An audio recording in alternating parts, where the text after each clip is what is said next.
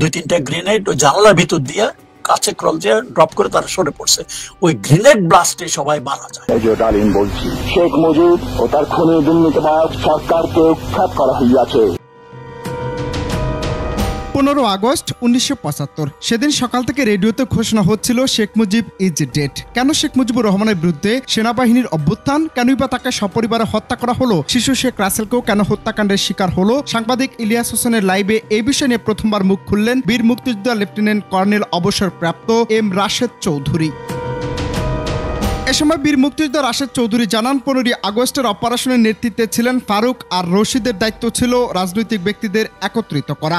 শেখ মুজিবের বাসা Serniabat radio station ও শেখ মনির বাসাকে target করা। মেজর ডালিম রেডিও স্টেশন ও সেরনিয়াবাদ বাসার দায়িত্বে ছিলেন, আর রাশেদ চৌধুরী ছিলেন রেডিও স্টেশনের ডালিমের অধীনে। তিনি বলেন, ভোরের দিকে রেডিও স্টেশন টেকেন ওভার করে ভাষণ দেওয়ার জন্য প্রস্তুত করেন এবং পরে ডালিম এসে তাকে জড়িয়ে ধরে বলেছিলেন, উই হ্যাভ ডান ইট।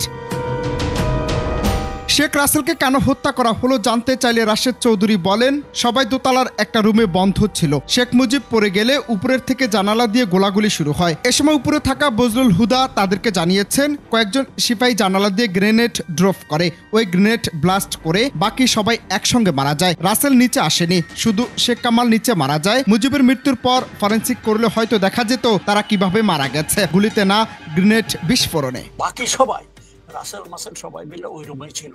ওই গ্রেনেড অ্যাকর্ডিং টু, আমি জানি না কারণ দিস ইজ স্টেটমেন্ট ফ্রম হুদা, যে গ্রেনেড নিয়ে 2-3টা গ্রেনেড ওই জানালার ভিতর দিয়ে কাছে ক্রল দিয়ে ড্রপ করে তারা সরে পড়ছে।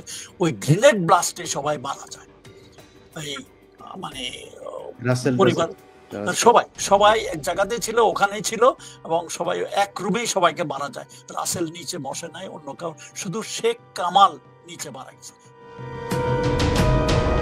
তবে পরবর্তী প্রেক্ষাপটে শেখ হাসিনা ও শেখ রেহানারও সেদিন নাই হয়ে যাওয়া উচিত ছিল, এমন মনে হয়েছিল কিনা ইলিয়াস হোসেনের লাইভে সে প্রশ্নের উত্তরে রাশেদ চৌধুরী সরাসরি কোনো উত্তর দেননি। তিনি বলেন, সবাই বলে মুজিবকে হত্যা করা হয়েছে, তবে তিনি মনে করেন মুজিবের মৃত্যু তার নিজের কারণে হয়েছিল। মুজিবের 44 মাসের শাসনের দেশের যে অবস্থা হয়েছিল তার কারণে তার মৃত্যু অনিবার্য ছিল।